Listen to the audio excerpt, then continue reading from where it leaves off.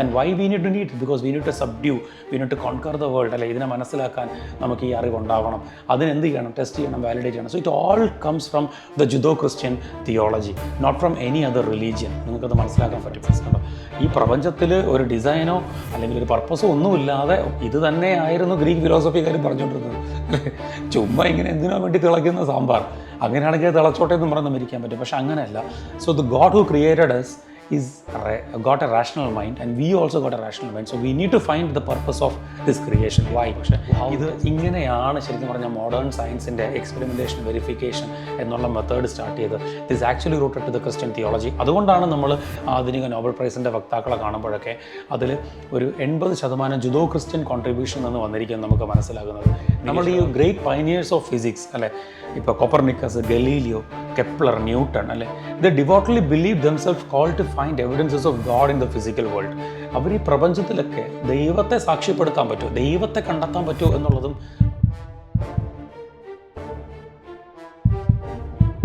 പ്രിയപ്പെട്ടവർ, നമ്മുടെ കർത്താവായ യേശുവിൻ്റെ നാമത്തിൽ നിങ്ങൾക്ക് എല്ലാവർക്കും സ്വാഗതം.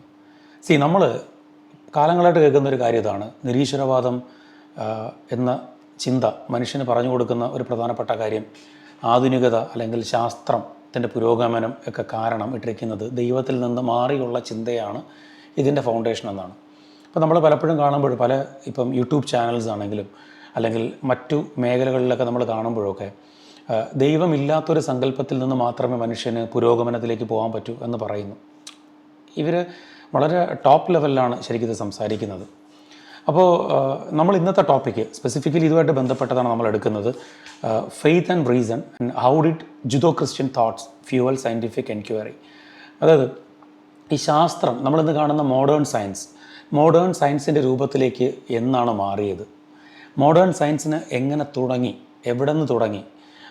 ഈ ഒരു സബ്ജക്റ്റ് നമ്മൾ ഹിസ്റ്ററി പഠിക്കുവാണ്. ചരിത്രം, സയൻസിൻ്റെ ഹിസ്റ്ററി അല്ലെങ്കിൽ ഹിസ്റ്ററി ഓഫ് സയൻസ് നമ്മൾ പഠിച്ച് നമ്മൾ നൂറ്റാണ്ടുകൾക്ക് മുമ്പ് മുതൽ മനുഷ്യൻ എങ്ങനെയാണ് ഈ ശാസ്ത്രത്തിൽ, ഇന്ന് കാണുന്ന ആധുനിക ശാസ്ത്രത്തിലേക്ക് അല്ലെങ്കിൽ മോഡേൺ സയൻസിലേക്ക് കടന്നു വന്നു എന്നുള്ളതിനെ കുറിച്ചുള്ളൊരു പഠന എപ്പിസോഡാണ് ശരിക്കും ഇത് നമ്മൾ പഠിക്കാൻ വേണ്ടി ഉപയോഗിക്കുന്ന ഏറ്റവും പ്രധാനപ്പെട്ട ഒരു കാര്യം. അതായത് നമ്മൾ ഈ കാണുന്ന പോലെ മനുഷ്യൻ എപ്പോഴും മനുഷ്യന് മുമ്പിലുണ്ടായിരുന്ന പ്രധാനപ്പെട്ട 3 ചോദ്യങ്ങൾ, അല്ലെങ്കിൽ ഇന്നും മനുഷ്യൻ ഉത്തരം കണ്ടെത്താൻ ശ്രമിക്കുന്ന 3 പ്രധാനപ്പെട്ട ചോദ്യങ്ങൾ ഇതൊക്കെയാണ്. ഒന്ന്, ഒറിജിൻ ഓഫ് യൂണിവേഴ്സ്, യൂണിവേഴ്സിന് തുടക്കം എങ്ങനെ ഉണ്ടായി? ഇപ്പോൾ അതുപോലെ മറ്റൊരു കാര്യം, ഒറിജിൻ ഓഫ് ലൈഫ്, ഒരു പ്രീബയോട്ടിക് സൂപ്പിൽ നിന്ന് എങ്ങനെയാണ് ലൈഫ് ഉണ്ടായത്, അല്ലേ? അതുപോലെ നമ്മൾ കാണുന്ന ഒരു നേച്ചർ ഓഫ് ഹ്യൂമൻ കോൺഷ്യസ്നസ്, ഇതൊക്കെ എങ്ങനെ ഉണ്ടായി എന്നുള്ളൊരു ചോദ്യം എപ്പോഴും നമ്മളെ ഇങ്ങനെ കണ്ടുപിടിക്കാൻ നമ്മൾ ശ്രമിച്ചുകൊണ്ടിരിക്കുന്നതാണ്, അല്ലെങ്കിൽ ശാസ്ത്രം ഉപയോഗിച്ച് നമ്മൾ കണ്ടുപിടിക്കാൻ ശ്രമിക്കുന്നതാണ്. നിങ്ങൾക്കറിയാം, നമ്മുടെ ഇതിന് മുമ്പുള്ള വീഡിയോകൾ നിങ്ങൾ ശ്രദ്ധിക്കുകയാണെങ്കിൽ, ഇപ്പോൾ ഗ്രേസൽസിനകത്തുള്ള debate, intelligent design and fine tuning of universe എന്നുള്ള വീഡിയോ, അല്ലെങ്കിൽ നമ്മുടെ ഈ ആക്ട് ഫോർ ക്രൈസ്റ്റിനകത്തിന് മുമ്പ് ചെയ്ത ഒറിജിൻ ഓഫ് യൂണിവേഴ്സ്, അതിൻ്റെ ക്ലാസിക്കലി എങ്ങനെയാണ് ബൈബിൾ അക്കൗണ്ടഡ് ആണ് ഒറിജിൻ ഓഫ് യൂണിവേഴ്സ്, അല്ലെങ്കിൽ ബിഗ് ബാങ് തിയറിയുടെ ഫോർമുലേഷൻ എങ്ങനെയാണെന്നൊക്കെ നമ്മൾ പറയുന്നുണ്ട്, അല്ലേ? അതിന് ഡീറ്റെയിൽഡ് വീഡിയോ ഞങ്ങൾ ഒന്നും കൂടെ ചെയ്യുന്നുണ്ട്. പക്ഷേ ഈ കണ്ടുപിടുത്തങ്ങൾ മനുഷ്യരാശിയിൽ മുഴുവൻ മനുഷ്യൻ ശ്രമിച്ചുകൊണ്ടിരുന്ന ഈ ചോദ്യങ്ങൾക്കൊക്കെ ഉള്ള ഉത്തരം കണ്ടുപിടിക്കാനാണ്. സോ ശാസ്ത്രമുണ്ടായി വന്നിരിക്കുന്നതും ഈ ചോദ്യങ്ങൾക്കുള്ള ഉത്തരം കണ്ടുപിടിക്കാൻ തന്നെയാണ്. So that doesn't mean that there is no existence of God, അല്ലേ? ദൈവമില്ല എന്നുള്ളൊരു സങ്കല്പമല്ല, മറിച്ച് ഇതെങ്ങനെയാണ് ഉണ്ടായത് എന്നുള്ളത് നമ്മൾ പഠിക്കുക എന്നുള്ളതാണ്. ഇപ്പോൾ നമുക്കറിയാം, ബിഗ് ബാങ് തിയറി എടുക്കുമ്പോഴാണെങ്കിൽ പോലും നമ്മൾ പറയുന്ന പോലെ സ്പേസ്, ടൈം, മാറ്റർ എന്നുള്ള ഈ ഒരു സാധനം, ജനറൽ തിയറി ഓഫ് റിലേറ്റിവിറ്റി, ഐൻസ്റ്റീൻ്റെ പിന്നീട് വന്ന തിയറി, ബിഗ് ബാങ് തിയറി, അല്ലേ? അതൊക്കെ നമ്മുടെ മുമ്പിലേക്ക് തുറന്നു വയ്ക്കുന്ന സാധ്യതകൾ. There is a cause for this universe and that cause is not some randomness. ചുമ്മാ വന്നൊരു കോസ് അല്ല, നമുക്കറിയത്തില്ല what is a reason for that cause. So ആ റീസണിങ് എലമെൻറ്റ് തന്നെ അവിടെ വന്നിട്ടുണ്ടെന്ന് നമുക്കറിയാം. ഇതുപോലെ പല കാര്യങ്ങളും, ഇപ്പോൾ ഒറിജിൻ ഓഫ് ലൈഫ് എടുത്താലും നമുക്കറിയാം, ആധുനിക ശാസ്ത്രം പറഞ്ഞു വയ്ക്കുന്നത് ഈ ഒറിജിൻ ഓഫ് ലൈഫിനെ കുറിച്ച് പറയുമ്പോൾ നമ്മൾ ഈ കണ്ടുകൊണ്ടിരിക്കുന്ന പഴയ ഡാർവിനിസത്തിൽ നിന്നൊക്കെ മാറി ഡാർവിൻ്റെ എവല്യൂഷൻ ഒക്കെ തന്നെ ഒരുപാട് പോരായ്മകളുള്ളതായിട്ട് നമുക്കറിയാം. ഞങ്ങളുടെ ഒരു വീഡിയോ ഇതിനകത്ത് ഞങ്ങൾ ഇട്ടിട്ടുണ്ട്, അത് നിങ്ങൾ കാണണം. അതിൽ വളരെ വ്യക്തമായിട്ട് ഗ്യാപ്സ് ഇൻ ദ എവല്യൂഷൻ പറയുന്നുണ്ട്. എവല്യൂഷൻ ഇല്ലെന്നുള്ളതല്ല, ഇപ്പോൾ മൈക്രോ എവല്യൂഷനും മാക്രോ എവല്യൂഷനും പറയുമ്പോഴും നമുക്ക് വിസിബിളി ടെസ്റ്റ് ചെയ്ത് എക്സ്പെരിമെൻറ്റ് ചെയ്യാൻ പറ്റുന്നത്, that is foundationally we called as science, പറ്റുന്നത് മൈക്രോ എവല്യൂഷൻസ് മാത്രമേ ഉള്ളൂ. അപ്പോൾ അങ്ങനെ പല ഗ്യാപ്സും നമ്മളിപ്പോൾ കാണുന്നുണ്ട്, അല്ലേ?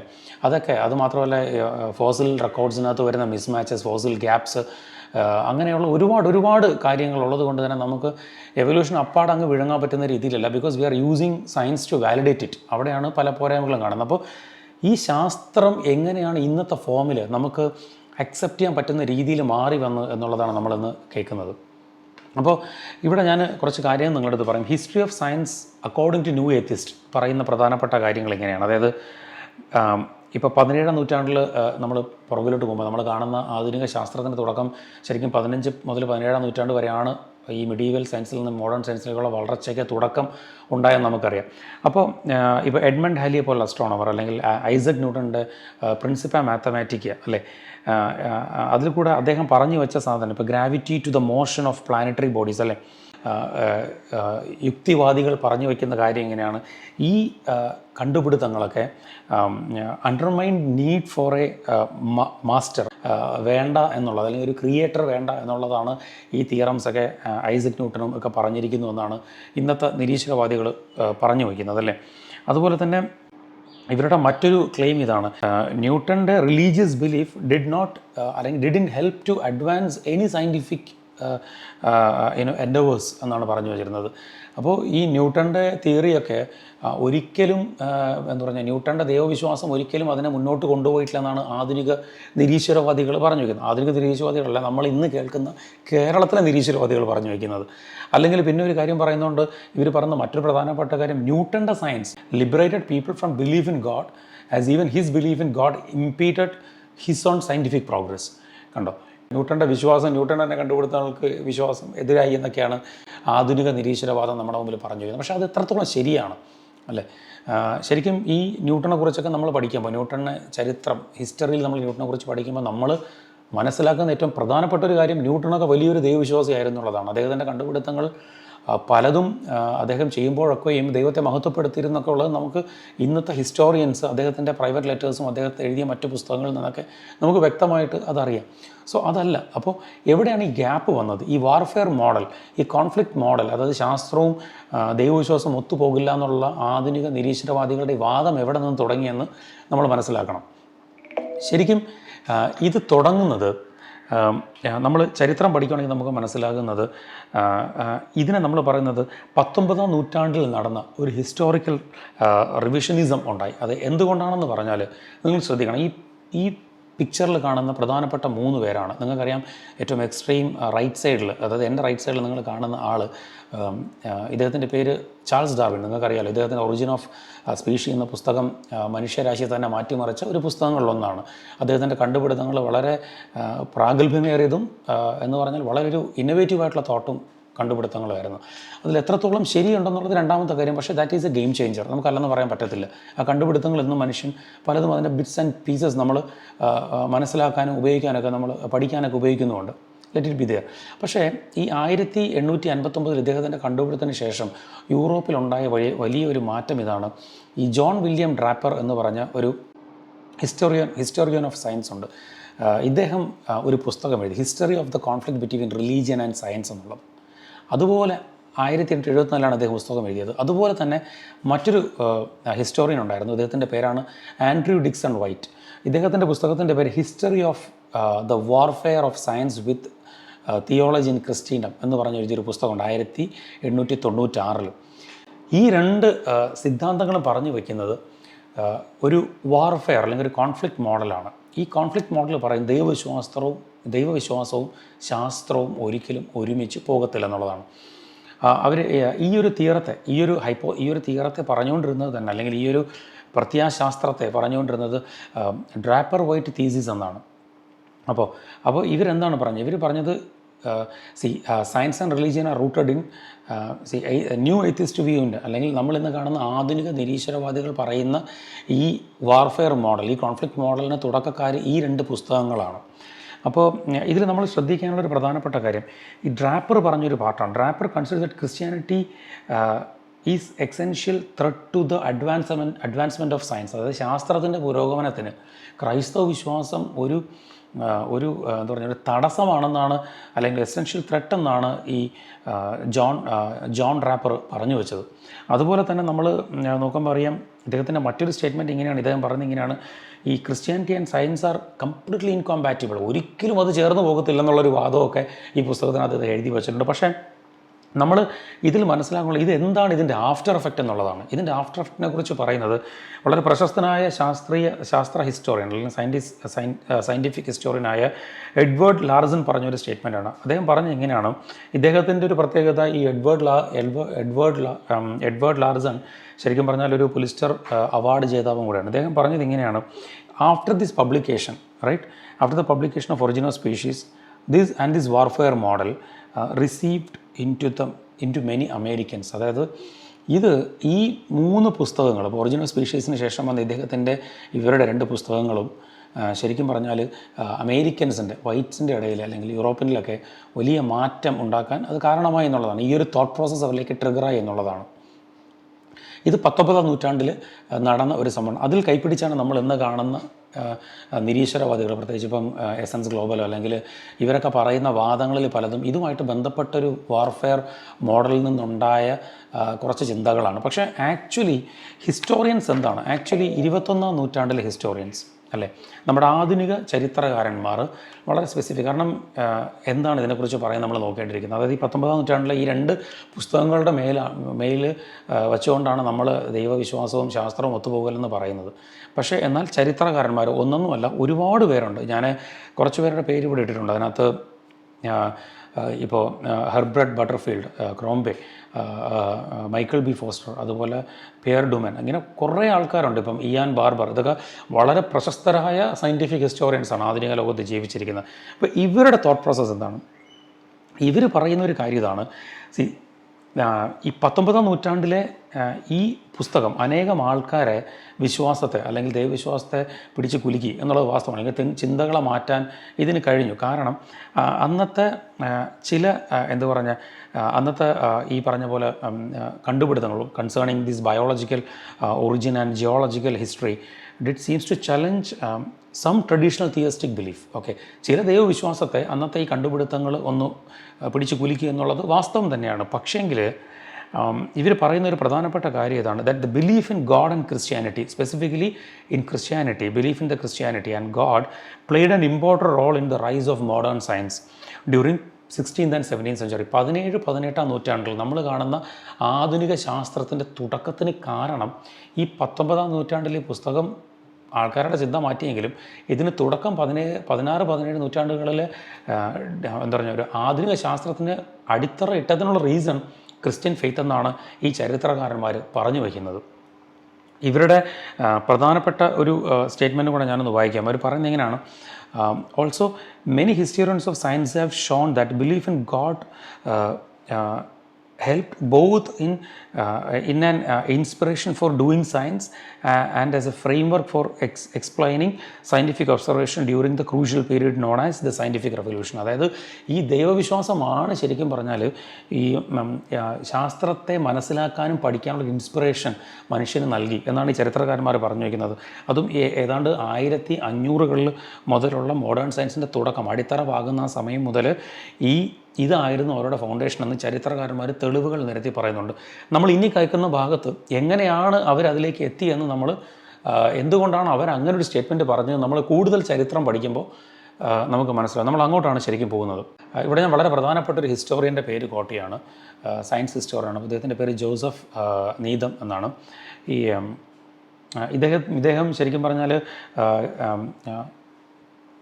കേംബ്രിഡ്ജ് യൂണിവേഴ്സിറ്റിയിലെ കെമിസ്റ്റാണ്, അതുപോലെ തന്നെ ഹിസ്റ്റോറിയൻ ഓഫ് സയൻസുമാണ് ഇദ്ദേഹം പറഞ്ഞ കുറച്ച് കാര്യങ്ങൾ പറയാതിരിക്കാൻ പറ്റത്തില്ല. ഇദ്ദേഹം പറഞ്ഞൊരു പ്രധാനപ്പെട്ട കാര്യം ഇതാണ്: ഈ material necessity for conducting science existed in many places. Okay, നമുക്ക് വേണ്ട ആവശ്യങ്ങൾക്ക് വേണ്ടിയുള്ള ഒരു ശാസ്ത്രത്തിൻ്റെ പഠനം എല്ലാ ഭൂഖണ്ഡങ്ങളിലും എല്ലാ കൾച്ചറിലും ഒക്കെ ഉണ്ടായിരുന്നെന്നാണ് ഇദ്ദേഹം പറയുന്നത്. ഉദാഹരണത്തിന് ചൈനയിൽ നമ്മൾ കാണുന്നുണ്ട് ഈ ചൈനീസ് കോമ്പസ് അല്ലെങ്കിൽ ഗൺ പൗഡർ അല്ലേ, അതുപോലെ ഈജിപ്തിലെ പിരമിഡുകൾ, അല്ലേ? അതുപോലെ തന്നെ നമ്മളിപ്പം റോം എടുത്തു കഴിഞ്ഞാൽ റോമിലേക്ക് ഓൾ റോഡ് ലീഡ്സ് റോം, അല്ലേ?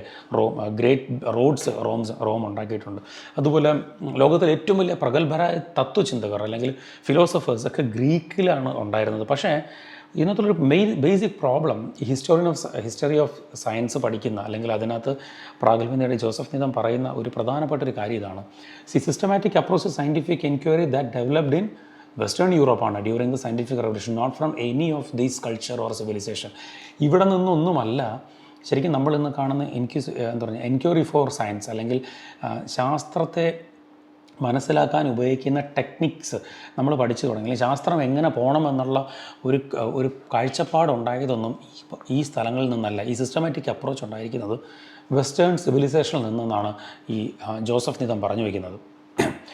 അതുപോലെ തന്നെ നമുക്ക് വളരെ ഫേമസ് ആയിട്ടുള്ള മറ്റൊരു പ്രഗത്ഭനായിട്ടുള്ള ഒരു ചരിത്രകാരനാണ് ഇയാൻ ബാർബർ. ഇദ്ദേഹം പറയുന്നുണ്ട്, science in its modern form arose in the western civilisation alone among all other cultures of the world. ലോകത്തുണ്ടായിരുന്ന സകല കൾച്ചറുകളും നിലനിൽക്കെ തന്നെ ആധുനിക ശാസ്ത്രത്തിൻ്റെ വക്താക്കളും നമുക്ക് വെസ്റ്റേൺ യൂറോപ്പിലുള്ള ആൾക്കാരെ പറയാൻ പറ്റുമെന്ന് ഇയാൻ ബാർബർ വ്യക്തമായിട്ട് പറയുന്നുണ്ട്.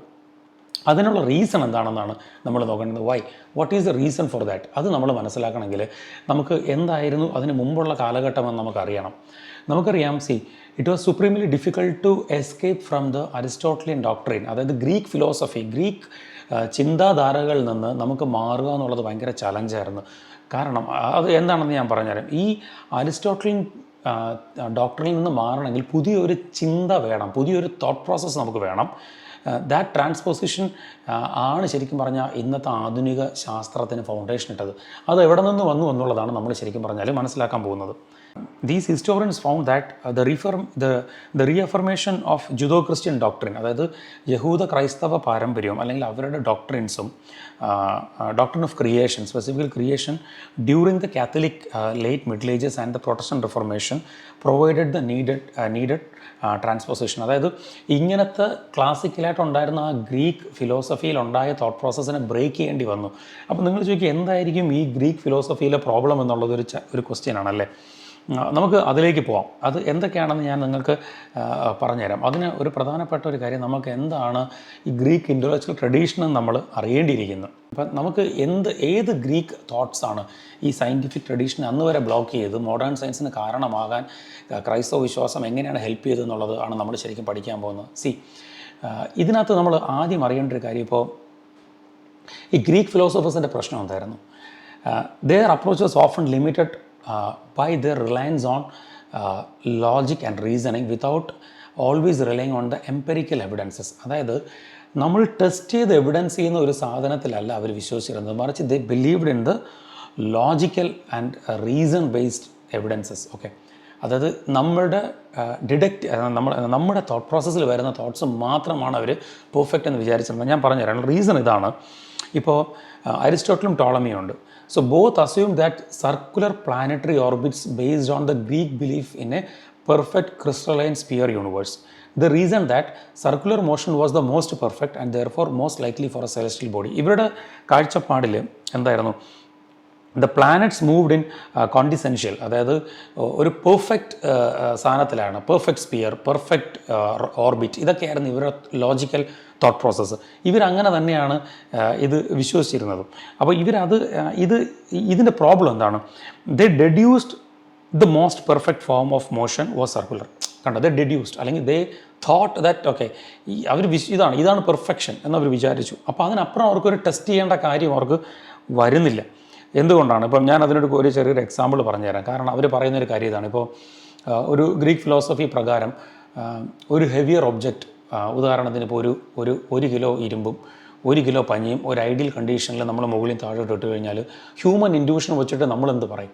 ലോജിക്ക് വെച്ചിട്ട് പറയും, ഓക്കെ ആദ്യം ഇരുമ്പ് കട്ട വീഴും, അല്ലേ, 1 കിലോ വെയിറ്റുള്ള ഇരുമ്പ് കട്ട. പക്ഷേ ആക്ച്വലി അതാണോ ശരി? അതല്ല ശരി. എംപെരിക്കൽ ടെസ്റ്റസ് അല്ലെങ്കിൽ എംപെരിക്കൽ എവിഡൻസസ് എന്താണ് പറയുന്നത്? അല്ല, ടെസ്റ്റ് ചെയ്ത് വാലിഡേറ്റ് ചെയ്യുമ്പോൾ അവർ inductions may not be the right answer, but the testing is actually needed. നിങ്ങൾക്ക് ഞാൻ എന്നെ ഫോളോ ചെയ്യാൻ പറ്റുമെന്ന് വിശ്വസിക്കുന്നുണ്ട്. അപ്പോൾ ഇതായിരുന്നു ഇവരുടെ പ്രോബ്ലം. അപ്പോൾ അന്ന് വരണ്ടായിരുന്ന ഈ ഒരു സംഭവത്തിൽ നിന്ന് മാറേണ്ടത് വളരെ വളരെ അത്യാവശ്യമായിരുന്നു. പക്ഷേ ഇതെങ്ങനെ മാറാൻ പറ്റും? എന്ത് ചിന്തകൾക്ക് ഇതിനെ മാറ്റാൻ പറ്റും എന്നുള്ളതാണ് അടുത്തൊരു ചോദ്യം. അപ്പോൾ നമ്മൾ അറിയേണ്ടത് ഇതിൽ നിന്ന് എങ്ങനെ മാറാൻ പറ്റും. അതിന് നമ്മൾ കോണ്ടിജൻസി ഓഫ് നേച്ചർ എന്ന് പറയും. കോണ്ടിജൻസി ഓഫ് നേച്ചർ എന്ന് പറഞ്ഞാൽ ഈ നേച്ചർ, അൺപ്രഡിക്റ്റബിലിറ്റി ഓഫ് നേച്ചർ. ഇപ്പോൾ ഇവർ പറഞ്ഞ പോലെ പെർഫെക്റ്റ് സർക്കിളിൽ മാത്രമേ ഭൂമി പോകൂ, അല്ലെങ്കിൽ പെർഫെക്റ്റ് റൗണ്ട് ആണ് എർത്ത് എന്നൊക്കെ നമുക്ക് വിശ്വസിക്കാൻ, how do we believe it, അല്ലേ? So we do not know the predictability. അപ്പോൾ we do not know what ഈ നേച്ചറിൻ്റെ പ്രഡിക്റ്റബിലിറ്റി നമുക്ക് അറിയത്തില്ല unless we test it properly. അപ്പോൾ ഇത് എങ്ങനെ വന്നു എന്നുള്ളത് ശരിക്കും ചരിത്രം പറയുന്നത് എങ്ങനെയാണ്? empirical evidence is based on the approach to began to occur well before the scientific revolution, because a shift in thinking about the reorder of physical world. അതായത് ശരിക്കും പറഞ്ഞാൽ ഇവിടെ നമ്മൾ മനസ്സിലാക്കാനുള്ള കാര്യം, ഈ shift in thinking from classical Greek philosophy to the modern science നമുക്ക് വേണ്ടി വന്നു. അത് ശരിക്കും 1500 മാത്രമല്ല, അതിനും എത്രയോ വർഷങ്ങൾക്ക് മുമ്പ് അതിനുള്ളൊരു ഫൗണ്ടേഷൻ ചർച്ച് ബിൽഡപ്പ് ചെയ്തു എന്നുള്ളതാണ് നമ്മൾ കേൾക്കുന്നത്. അതെങ്ങനെയെന്ന് പറഞ്ഞാൽ 1277 എറ്റൈൻ ടെംപിയർ എന്ന് പറഞ്ഞ ബിഷപ്പ്, പാരീസിൻ്റെ ബിഷപ്പാണ്. ഇദ്ദേഹം ഒരു ഡിഗ്രി ഇറക്കി. അദ്ദേഹം with the support of Pope John 21 സപ്പോർട്ടോട് കൂടിയാണ് ഡിഗ്രി വന്നത്. അതിൽ പറഞ്ഞത്, they condemn the logical ideas influenced by the Greek philosophy, marking a significant departure from the traditional belief and they condemned the necessarian theology.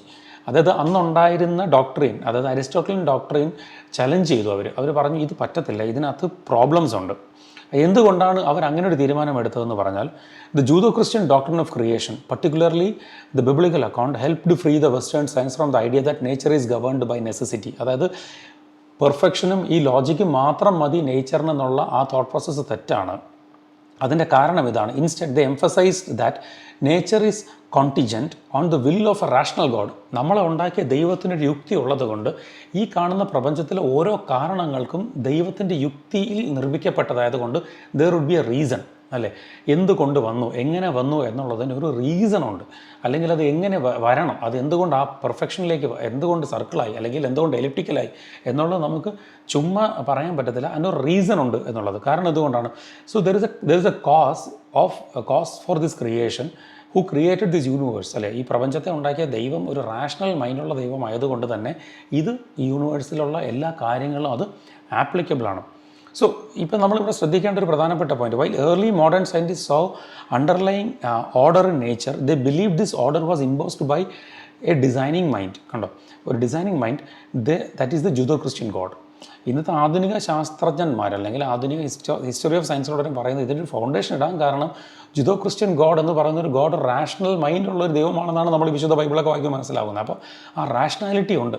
അതുകൊണ്ട് തന്നെ ഈ കാര്യങ്ങൾ എന്തു പറഞ്ഞാൽ റാഷണലി നമ്മൾ മനസ്സിലാക്കേണ്ടതാണ്. This led them to see the nature order as a result of a rational choice and deliberation, not just logical necessity, അല്ലേ? നമ്മുടെ ജസ്റ്റ് ഒരു ലോജിക്കൽ നെസസിറ്റി മാത്രമല്ല, അതിനപ്പുറമുള്ള റാഷണൽ ആയിട്ടുള്ളൊരു ദൈവത്തിൻ്റെ കാഴ്ചപ്പാട് ഇതിനകത്തുണ്ട് എന്ന് നമ്മൾ മനസ്സിലാക്കണം. അതാണ് ശരിക്കും പറഞ്ഞാൽ this was one of the foundation for breaking up the Greek philosophy. ഇന്ന് നമ്മൾ കാണുന്ന ആധുനിക ശാസ്ത്രത്തിൻ്റെ ഫൗണ്ടേഷൻ വരാനുള്ള ഏറ്റവും പ്രൈമറി റീസൺ ഇവിടെയാണ് ഉണ്ടാകുന്നത്. ഇതിനെ നമ്മൾ പറയുന്ന ഒരു പേരാണ് കോണ്ടിജൻറ്റ് റാഷണാലിറ്റി എന്ന്. കോണ്ടിജൻറ്റ് റാഷണാലിറ്റി നമ്മൾ പറയുന്ന ഈ ഒരു പേരിനെയാണ്. അപ്പോൾ ഇവിടെ നോക്കി, അപ്പോൾ ഈ കോണ്ടിജൻറ്റ് റാഷണാലിറ്റി, അപ്പം ഞാൻ നിങ്ങൾക്ക് ഈ കോണ്ടിജൻറ്റ് റാഷണാലിറ്റി എന്ന് പറയുമ്പോൾ നിങ്ങൾക്കിത് മനസ്സിലായോ എന്നറിയത് ഞാൻ കുറച്ചും കൂടെ ഒന്ന് എക്സ്പ്ലെയിൻ ചെയ്യാം. ഉദാഹരണത്തിന് ഇമേജിൻ ദ ഒരു ലേമൻ എക്സ്പ്ലനേഷനിൽ കോണ്ടിജൻറ്റ് റാഷണാലിറ്റി എന്ന് പറയുമ്പോൾ നമുക്കിത് എങ്ങനെ മനസ്സിലാക്കും? നമ്മൾ കണ്ടു ഒരു റാഷണൽ വില്ലുള്ള ഗോഡ് റാഷണലി ഇതെല്ലാം ഉണ്ടാക്കി, അതുകൊണ്ട് നമുക്കിത് മനസ്സിലാക്കണമെന്ന് പറയുമ്പോൾ അതെങ്ങനെയാണ്? അതായത് imagine the universe as a grand machine. Okay, ancient Greek philosophy this machine was thought to run on its own. അതായത് ഈ പ്രപഞ്ചം നമ്മൾ പണ്ട് സ്റ്റഡി സ്റ്റേറ്റ് കേട്ടില്ലേ, ഇതിങ്ങനെ തന്നെ ഉണ്ടായി. ഇന്നത്തെ നിരീശ്വരവാദികളൊക്കെ നമ്മൾ മൈത്രാനായിട്ടുള്ള ഡിബേറ്റിലൊക്കെ മൈത്രാൻ പറയുന്നുണ്ട് പ്രപഞ്ചത്തെ ആരും ഉണ്ടാക്കിയിട്ടില്ല, ഇപ്പോഴും അങ്ങനെയാണ്, സ്റ്റഡി സ്റ്റേറ്റ് ആണെന്ന് പുള്ളി പറയുന്നുണ്ട്. അതൊന്ന്. രണ്ടാമത്തത് ഇതിൻ്റെ ഷിഫ്റ്റ് എങ്ങനെയാണ്? ഈ ജൂഡോ ക്രിസ്ത്യൻ ട്വിസ്റ്റ് പറയുന്നത് എങ്ങനെയാണ്? പർട്ടിക്കുലർലി ബൈബിൾ, അല്ലേ? ബൈബിൾ പറയുന്നത് എങ്ങനെയാണ്? Bible paints a different picture, altogether completely ഒരു ഡിഫറെൻറ്റ് പിക്ചറാണ് ബൈബിൾ നമ്മുടെ മുമ്പിൽ വയ്ക്കുന്നത്. It says that universe was created by God, a conscious being with a conscious being with a mind and will. കണ്ടോ, ഒരു rationally ചിന്തിക്കാൻ പറ്റുന്ന മനസ്സും ഒരു കാരണവും ഉണ്ടാക്കാൻ പറ്റുന്ന ഒരു ദൈവം, ഇതിനൊരു കാരണമുണ്ടാകണം. അങ്ങനെ ഉള്ള ഒരു ദൈവമാണ് ഇത് സൃഷ്ടിച്ചതെന്നാണ് ക്രിസ്ത്യൻ എന്താ പറഞ്ഞാൽ തിയോളജി നമ്മളെ പഠിപ്പിക്കുന്നത്. This God did not just set the machine in motion and let it go. അല്ലെ, ചുമ്മാ ഉണ്ടാക്കി അങ്ങ് വിടുകയല്ല ചെയ്തത്. But he designed it, built it and continues to oversee. കാരണം ദൈവം അതിനെ പരിപാലിക്കുകയും കാത്തുപരിപാലിക്കുകയും ചെയ്യുന്നതൊക്കെ നമ്മൾ പറയത്തില്ല, പരിപാലിക്കുകയും ചെയ്യുന്നു. ഈ ഒരു ക്രിസ്ത്യൻ തോട്ടിൽ നിന്നാണ് ഇതിന് തുടക്കമുണ്ടാകുന്നത്. അതെങ്ങനെ സയൻസിനെ ഇമ്പാക്റ്റ് ചെയ്തു? Let's get into that. The shift of thinking had profound impact on how people approach the science. If universe was created by a rational God, then it should be possible to understand the rules and patterns that God put in place. Scientists could study the universe not just as a machine to be observed, but as a creation to be understood. കണ്ടോ, ചുമ്മാ ഒരു കാരണമില്ലാതെ ഉണ്ടാക്കി വെച്ചിരിക്കുന്നതല്ല, ഇതിനൊരു കാരണമുണ്ട്. ആ കാരണമുള്ളത് കൊണ്ട് തന്നെ ഈ ക്രിയേഷനെ നമ്മൾ പഠിക്കാൻ ബാധ്യസ്ഥരാണ്. അപ്പോൾ നമ്മളത് എങ്ങനെ പഠിക്കും? അതാണ് ഈ ശാസ്ത്രത്തിന് തുടക്കമിട്ടതെന്നാണ് ചരിത്രം നമ്മൾ പറഞ്ഞ് മനസ്സിലാക്കുന്നത്. നോക്കിയേ, ഒരു ഉദാഹരണം ഞാൻ പറഞ്ഞുതരാം. ഇപ്പം നിങ്ങൾ വിചാരിക്കുക, ഇങ്ങനെ വിചാരിക്കുക, ancient Greek might have thought, okay, ഇവർ വിചാരിച്ചിരിക്കുക, അല്ലെങ്കിൽ ഏൻഷ്യൻ ഗ്രീക്ക് എങ്ങനെ വിചാരിച്ചിരിക്കാം, sun moved in circles because that was simply the way universe was designed, അല്ലേ, സൂര്യൻ ഇങ്ങനെ സർക്കിളിൽ കറങ്ങിക്കൊണ്ടിരിക്കുകയാണ് എന്ന് ലെറ്റ്സ് ഗ്രീക്ക് ഫിലോസഫി വിചാരിച്ചാൽ, ഓക്കെ, അതങ്ങനെ വിചാരിച്ചോട്ടെ, അല്ലേ, അങ്ങനെ കറങ്ങിക്കൊണ്ടിരിക്കും, പ്രത്യേകിച്ച് കാരണം എന്തെങ്കിലും ഉണ്ടെങ്കിൽ അതങ്ങനെ കറങ്ങിക്കൊണ്ടിരിക്കുകയാണ്. പക്ഷേ ഇവിടെയാണ് ജൂഡോ ക്രിസ്ത്യാനിറ്റി അല്ലെങ്കിൽ ക്രിസ്ത്യാനിറ്റിയുടെ ആ ഒരു ഇമ്പോർട്ടൻസ് നമുക്ക് മനസ്സിലാവുന്നത്. ക്രിസ്ത്യൻ സയൻറ്റിസ്റ്റുമാർ പറഞ്ഞെന്താണ്, ഇവർക്കൊരു റാഷണൽ വില്ലുള്ള ദൈവമാണ് ഇത് സൃഷ്ടിച്ചത്, അല്ലെങ്കിൽ ഗോഡ് ഹൂ ഈസ് എന്താ പറഞ്ഞാൽ conscious being with a mind and will ഉള്ള ഒരു ദൈവമാണ് സൃഷ്ടിച്ചത്. അപ്പോൾ ഈ ദൈവം ഇത് സൃഷ്ടിച്ചെങ്കിൽ എന്തിനു സൃഷ്ടിച്ചു? Why should sun rotate in a perfect circle? അല്ലെങ്കിൽ എന്തിന് സൂര്യൻ ഇങ്ങനെ കറങ്ങണം, എന്തുകൊണ്ട് പോകണം, ലെറ്റ്സ് ഒരു എക്സാമ്പിളാണ്, അല്ലെങ്കിൽ ഭൂമി കറങ്ങണം എന്നുള്ളതൊക്കെ എന്തിന്, എവിടെ, എപ്പോൾ എന്നുള്ള ചോദ്യങ്ങൾ വന്നു. എന്തുകൊണ്ടെന്നു? So they ask for a practical reason because the God who created God a will, അല്ലേ. This kind of questioning actually led more systematic observation, experimentation. ഇതാണ് ശരിക്കും പറഞ്ഞാൽ തുടക്കം വരുന്നത് നമ്മുടെ സിസ്റ്റമാറ്റിക് ആയിട്ടുള്ള ഒരു എക്സ്പെരിമെൻറ്റേഷനിലേക്ക് മനുഷ്യരാശിയെ മാറ്റുന്നത് ഈ ഒരു തോട്ട് പ്രോസസ്സിൽ നിന്നാണ്. ഞാൻ ഒരു സിമ്പിൾ എക്സാമ്പിൾ നിങ്ങളുടെ മുമ്പിൽ പറയാം. ഇപ്പം ഇപ്പം നോക്കിയാൽ ഈ ഒരു പിക്ചറിൽ നിങ്ങൾക്ക് കാണാം ഒരു ലൈബ്രറി അറേഞ്ച് ചെയ്യുന്നത്. അരിസ്റ്റോട്ടലിയൻ പ്രിൻസിപ്പിൾ വെച്ചിട്ടാണെങ്കിൽ ഇത് ഇങ്ങനെ അറേഞ്ച്ഡ് ആണ്, ഇങ്ങനെ അറേഞ്ച് ചെയ്യാൻ പറ്റത്തുള്ളൂ, ഇതിനപ്പുറം വേറെ ഓപ്ഷനില്ല. പക്ഷേ ക്രിസ്ത്യൻ തോട്ട് വന്നപ്പോൾ എങ്ങനെ വന്നു? There are multiple way to arrange a library, അല്ലേ, പല രീതിയിൽ നമുക്ക് ഡിസൈൻ ചെയ്ത് ഓർഗനൈസ് ചെയ്യാൻ പറ്റും. അതുപോലെ this universe may have designed and organised in different way which we do not know, so we need to explore and we need to find it. കണ്ടോ, നമ്മളത് മനസ്സിലാക്കേണ്ടിയിരിക്കുന്നു because it is created by a God who got a rational mind, അല്ലേ, യുക്തിഭദ്രമായ മനസ്സുള്ള ഒരു ദൈവത്തിൻ്റെ സൃഷ്ടിയാണത്. അതുകൊണ്ടാണ് നമുക്കും യുക്തിയുള്ളത്. സോ അപ്പം വളരെ പ്രഗത്ഭനായ ശാസ്ത്രജ്ഞൻ റോബർട്ട് ബോയിൽ പറഞ്ഞ എന്താണ്, he argued that God's freedom required empirical and observational approach, not just deductive one. കണ്ടോ, ഗ്രീക്ക് ഫിലോസഫിയിൽ നമ്മൾ കണ്ടതുപോലെ ഒരു ഡിഡക്റ്റീവായിട്ടുള്ള ഒരു അപ്രോച്ച് അല്ല ദൈവത്തിന് ആവശ്യം. ദൈവം മനുഷ്യൻ്റെ തന്ന സ്വാതന്ത്ര്യം റാഷണലി, എംപെരിക്കലി, അല്ലെ, ഒബ്സർവേഷണലി നമ്മൾ പഠിക്കാൻ വേണ്ടിയിട്ടാണ് ദൈവം നമുക്ക് തന്നത്. നമുക്ക് കുറച്ചുള്ള സ്ലൈഡിൽ അങ്ങോട്ട് പോകുമ്പോൾ മനസ്സിലാവും എന്തുകൊണ്ട്. അതുപോലെ തന്നെ Ian Barbour, historian of science ആണ്, ടെംപ്ലൻ പ്രൈസ് വിന്നറാണ്. ഇദ്ദേഹം പറഞ്ഞൊരു സ്റ്റേറ്റ്മെൻറ്റ് ഉണ്ട്, the doctrine of creation implies that details of nature can be known only by observing them. കണ്ടോ, ഈ പ്രപഞ്ചത്തിനെ നമുക്ക് മനസ്സിലാക്കണമെങ്കിൽ വളരെ ഡീറ്റെയിൽഡായിട്ട് നമ്മളതിനെ പഠിക്കണം, അല്ലെ, അതിനെ ഒബ്സർവ് ചെയ്യണം എന്നുള്ളത് നീഡഡ് ആണ്. ഇതിൻ്റെ റീസൺ അതെന്തുകൊണ്ടാണ്? Because it actually applies from the doctrine of creationism എന്നുള്ള ക്രിസ്ത്യൻ ഡോക്ട്രിൻ്റെ മണ്ടയിലാണ് ഈ തുടക്കം നിൽക്കുന്നതാണ് ചരിത്രകാരനായ ഇയാൻ ബാർബറിനെ പോലുള്ള ആൾക്കാർ പറയുന്നത്. അപ്പോൾ നേരത്തെ റോബർട്ട് ബോയിൽ പറഞ്ഞതുപോലെ God's freedom required and empirical and observational approach. എന്തുകൊണ്ടാണ് അങ്ങനെ എന്ന് നമ്മൾ ചിന്തിക്കേണ്ടിയിരിക്കുന്നു. ഞാൻ ഒരു പിക്ചർ നിങ്ങൾക്ക് കാണിച്ചിട്ട് നിങ്ങൾ ശ്രദ്ധിച്ച് നോക്കണം. ഈ human capacity to comprehend the natural world, അല്ലെ, മനുഷ്യന് പ്രപഞ്ചത്തെ മനസ്സിലാക്കാനുള്ള കഴിവ് ഉണ്ട്, അല്ലേ. നമ്മളൊരു ഇൻ്റലിജിബിലിറ്റി ഓഫ് നേച്ചർ എന്ന് പറഞ്ഞ് നമ്മൾ നോക്കുകയാണെങ്കിൽ നമുക്ക് മനസ്സിലാക്കാൻ പറ്റുന്ന ഇങ്ങനെയാണ്. ഒരു റാഷണൽ മൈൻഡുള്ള ദൈവം, നമ്മൾ ഇത്രയും കേട്ടത് ഒരു റാഷണൽ മൈൻഡുള്ള ദൈവമാണ് ഇതൊക്കെ സൃഷ്ടിച്ചത് നമ്മൾ പറഞ്ഞു, അല്ലേ. ആ ദൈവം തന്നെയാണ് ഈ നേച്ചർ, ഈ പ്രപഞ്ചത്തെ സൃഷ്ടിച്ചത്, അല്ലേ. അതേ ദൈവം തന്നെയാണ് ഈ ഹ്യൂമൻ മൈൻഡും ഡിസൈൻ ചെയ്തിരിക്കുന്നത്. അതേ ദൈവത്തിൽ നിന്നാണ് മനുഷ്യനും വന്നിരിക്കുന്നത്. ഈ റാഷണൽ തിങ്കിങ് നമുക്ക് വന്നതും ഈ റാഷണൽ മൈൻഡുള്ള ദൈവത്തിൽ നിന്നായിരിക്കും. അപ്പോൾ അതുകൊണ്ട് എന്താണ് ഈ ഹിസ്റ്റോറിയൻ ഫിലോസഫറിൻ്റെ സയൻസ് സ്റ്റീവ് ഫുള്ളർ പറഞ്ഞൊരു വളരെ പ്രധാനപ്പെട്ട ഒരു കാര്യം നമുക്ക് ഇവിടെ ഇമ്പോർട്ടൻ്റ് ആണ്.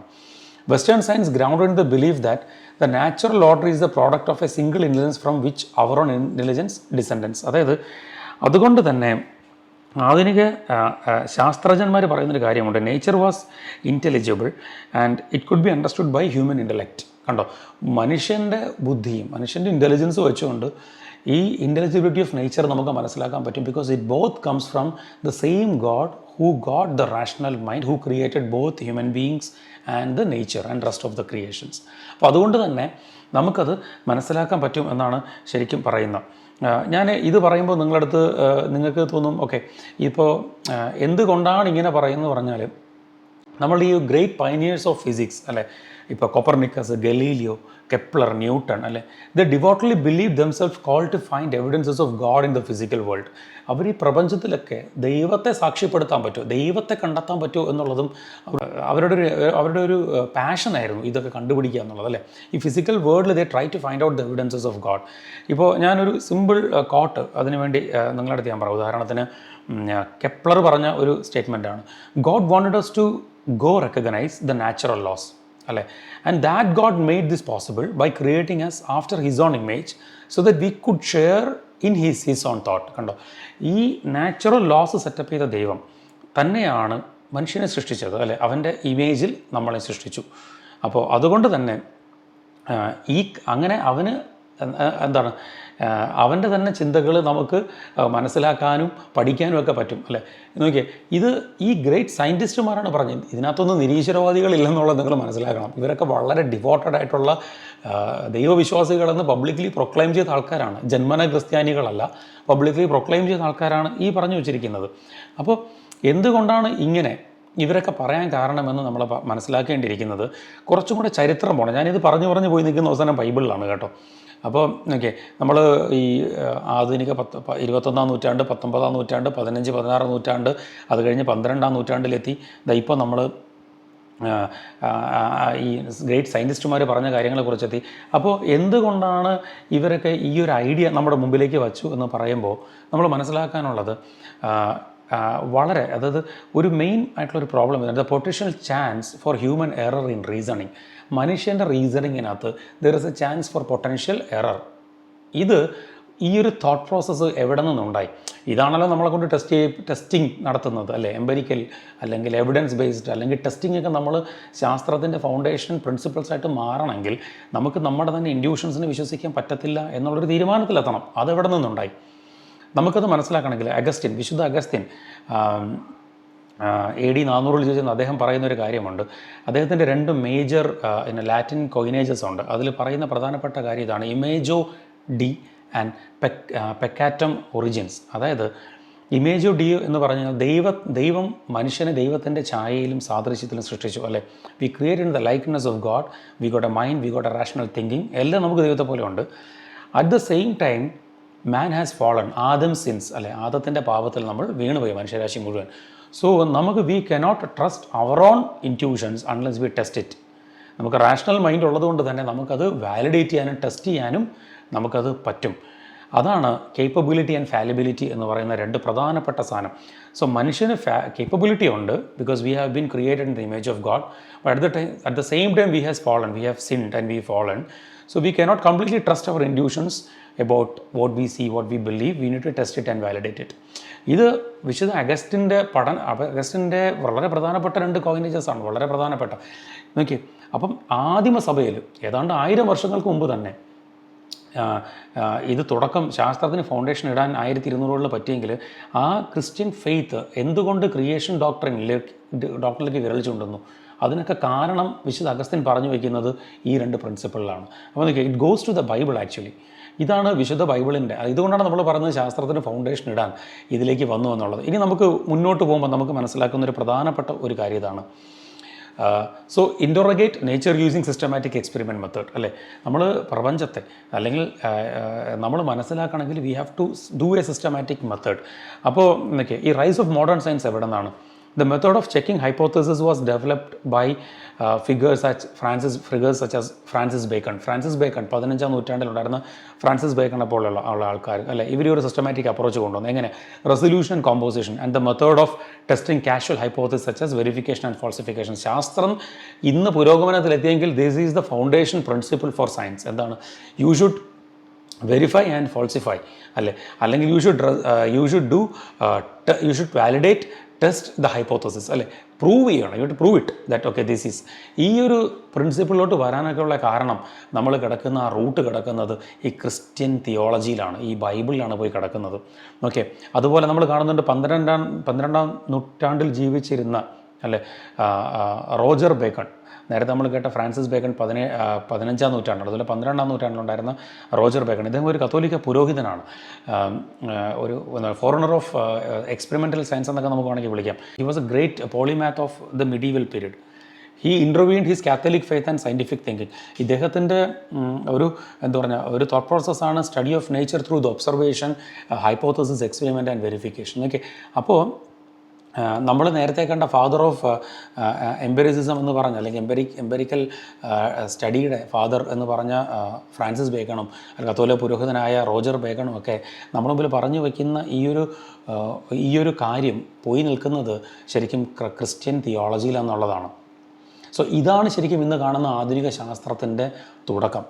ഇവിടെ നിന്നാണ് ശരിക്കും പറഞ്ഞാൽ തുടങ്ങിയത്. ഞാൻ ഒരു സിമ്പിൾ ഒരു കാര്യം കൂടെ പറയാം. ഇപ്പോൾ നിങ്ങൾ അറിയാം നിരീശ്വരവാദികളുടെ പ്രസ്താവന എന്താണ്. ഇപ്പം ഇന്നത്തെ കാലത്ത് ജീവിച്ചിരിക്കുന്ന ഡോക്കിൻ പറഞ്ഞ റിച്ചാർഡ് ഡോക്കിൻ പറഞ്ഞ ഒരു സ്റ്റേറ്റ്മെൻറ്റ് ഞാൻ പറയാം. പുള്ളി പറഞ്ഞു, I noted that the universe has precisely properties we should expect if there is. At the bottom, there is no design, no purpose, only blind, pitiless indifferences. കണ്ടോ, ഈ പ്രപഞ്ചത്തിൽ ഒരു ഡിസൈനോ അല്ലെങ്കിൽ ഒരു പർപ്പസോ ഒന്നുമില്ലാതെ ഇത് തന്നെയായിരുന്നു ഗ്രീക്ക് ഫിലോസഫിക്കാരും പറഞ്ഞുകൊണ്ടിരുന്നത്. ചുമ്മാ ഇങ്ങനെ എന്തിനോ വേണ്ടി തിളയ്ക്കുന്ന സാമ്പാർ, അങ്ങനെയാണെങ്കിൽ തിളച്ചോട്ടെ എന്ന് പറഞ്ഞ് മരിക്കാൻ പറ്റും. പക്ഷെ അങ്ങനെയല്ല. So the God who created us got a rational mind, and we also got a rational mind. So we need to find the purpose of this creation, why, how it has been set up, അല്ലേ, ഇതെങ്ങനെ ഉണ്ടാക്കി, ഇതെങ്ങനെയാണെന്നുള്ളത്. അതാണ് ഈ നിരീശ്വരവാദവും ക്രൈസ്തവ വിശ്വാസവും തമ്മിലുള്ള fundamental difference. ഞാൻ ഒന്ന് രണ്ട് കാര്യങ്ങളൂടെ പറയട്ടെ. സോ എന്തുകൊണ്ടാണ് ഇത് പോയിൻ്റ് ചെയ്ത് നിൽക്കുന്നത് വിശുദ്ധ ബൈബിളിലേക്കാണ്. ജെനിസിസ് 1:28 ഒരു വചനം ഇങ്ങനെ കാണുന്നുണ്ട്. ഗോഡ് ബ്ലെസ്സഡ്, ഇത് ദൈവത്തിൻ്റെ കമൻമെൻ്റ് ആയിരുന്നു അല്ലേ. God blessed them and said to them, be fruitful and increase in numbers, fill the earth and subdue it, rule over fish in the sea, birds in the sky and every living creature that moves around the ground. കണ്ടോ, അപ്പോൾ ദൈവം മനുഷ്യൻ്റെ അടുത്ത് പറഞ്ഞ കമൻമെൻ്റാണ്, നീ ഈ ലോകത്തെ കീഴ്പ്പെടുത്താൻ, അല്ലേ, സകല സൃഷ്ടികളെയും നീ കീഴ്പ്പെടുത്താൻ, സകലം നിനക്ക് പഠിക്കാൻ. എങ്ങനെ പറ്റും നമുക്കിതിനെ കീഴ്പ്പെടുത്താൻ? എങ്ങനെ പറ്റും? കീഴ്പ്പെടുത്തണമെങ്കിൽ നമുക്കതിനെ പഠിക്കണം. We need test it, we need to test it, validate it, അല്ലേ, ഇതിനെ മനസ്സിലാക്കണം നമുക്ക്. അപ്പോൾ നോക്കി, ദൈവം തന്നെ, ഈ റാഷണൽ മൈൻഡുള്ള ദൈവം തന്നെയാണ് ഈ റാഷണൽ മൈൻഡുള്ള മനുഷ്യന് മനസ്സിലാക്കാൻ വേണ്ടി പറയുകയാണ്, നീ ഈ പ്രപഞ്ചത്തെ കീഴ്പ്പെടുത്തണം, നീ ഇങ്ങനെ പോകണം എന്നുള്ളത്. And holistically God has given this, and science is the step which help to conquer this world. അല്ലേ, നമ്മൾ എപ്പോഴും ശാസ്ത്രത്തെ പറയുന്നത് ഫണ്ടമെൻ്റലി നിങ്ങൾ ഗൂഗിൾ ചെയ്താൽ നിങ്ങൾക്ക് കിട്ടും. വാട്ട് ഈസ് സയൻസ് എന്ന് വെച്ചാൽ പറയുന്നത് ഇങ്ങനെയാണ്, it is the ever growing knowledge of the universe, അല്ലെങ്കിൽ it is ever knowing collection of knowledge about the nature, അല്ലെങ്കിൽ യൂണിവേഴ്സ് എന്നൊക്കെയാണ് നമ്മൾ പഠിക്കുന്നത്. സോ ഈ ഒരു ever knowing knowledge of collection നമുക്ക് എങ്ങനെ കിട്ടും? And why we need to need it? Because we need to subdue, we need to conquer the world. അല്ലെ, ഇതിനെ മനസ്സിലാക്കാൻ നമുക്ക് ഈ അറിവുണ്ടാവണം. അതിനെന്ത് ചെയ്യണം? ടെസ്റ്റ് ചെയ്യണം, വാലിഡേറ്റ് ചെയ്യണം. So it all comes from the Judeo Christian theology, not from any other religion. നിങ്ങൾക്കത് മനസ്സിലാക്കാൻ പറ്റും. അതുകൊണ്ടാണ് വെസ്റ്റേൺ സിവിലൈസേഷൻ, വെസ്റ്റേൺ സയൻസ്, ഇന്ന് നമ്മൾ കാണുന്ന ആധുനിക ശാസ്ത്രത്തിൻ്റെ നിലവിൽ എത്തിയിട്ടുണ്ടെങ്കിൽ അത് വന്നിരിക്കുന്നത് വിശുദ്ധ ബൈബിളിൽ നിന്നും വെസ്റ്റേൺ കൾച്ചറിൽ നിന്നുമാണെന്നുള്ളത് നമുക്ക് മനസ്സിലാവും.